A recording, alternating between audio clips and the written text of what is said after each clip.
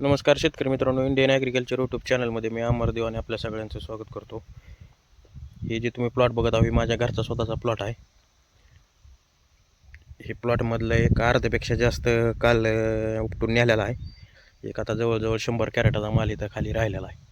हे आज तोडून नेतील.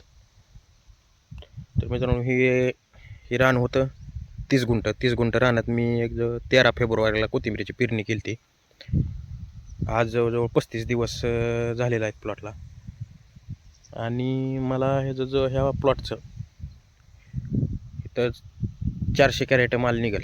कारण काल गेलेला जे माल होता ते 287 कॅरेट गेले. अजून 100 कॅरेट निघतील. समजा 387 400 कॅरेटच्या जवळजवळ माल निघेल.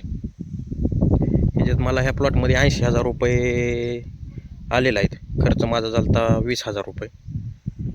तर कोथिंबीर असं पीक आहे मित्रांनो, जर आता कमी दिवसात चांगले पैसे मिळवून देते. जर भाव जर सापडला तर मग चांगले पैसे होते. जर 100 रुपयानं बी सापडलं तरी तुमचं लॉसमध्ये येत नाही. जर माल चांगला आणला अशा प्रकारे वाढ आणि कलर बी असला तर भाव बी चांगला देतात आणि माल बी निघते. आता 30 गुंठे 400 कॅरेट माल म्हणजे काय थोडा नाही. तर तुम्ही सुद्धा जर आता पाणी असेल तुमच्याकडं तर या कोथिंबीर प्यारा. मी बी माझ्या यूट्यूब चॅनलवर ह्याचं खत व्यवस्थापन, पाणी व्यवस्थापन, फवारणी हे व्हिडिओ टाकलेला आहे. त्याच्यानुसार बी तुम्ही करू शकता. उन्हाळ्याच्या दिवसात जर पाणी असेल तर पैसे कमवण्यासाठी चांगलं पीक आहे. 30-35 दिवसाचा कालावधीत उपटायला येत आहे.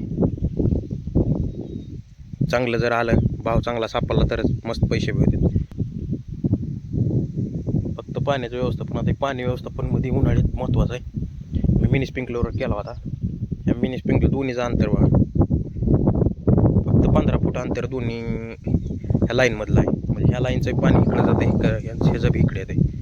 पाणी व्यवस्थापन उन्हाळ्यात करणं बीच महत्त्वाचं आहे. त्याचबरोबर उन्हाळ्यात कोथिंबीरीची जास्त वाढ होत नाही, त्याच्यामुळे खत व्यवस्थापन बी करावं लागतं, खत टाकावं लागते. मी मागे व्हिडिओत सांगितलेलं बी आहे. अमोनियम सल्फेट आणि मॅग्नेशियम बी मी एक खुरपण झाली की 20-22 दिवशी टाकलं होतं. तुम्ही अशा प्रकारे नियोजन करा. पाणी असेल तर कोथिंबीर अवश्य लावा, पैसे होऊन जातील. तर आजच्या व्हिडिओमध्ये मित्रांनो एवढं सांगायचं होतं. बाकी कमेंटमध्ये सांगा प्लॉट कसा आला आपला.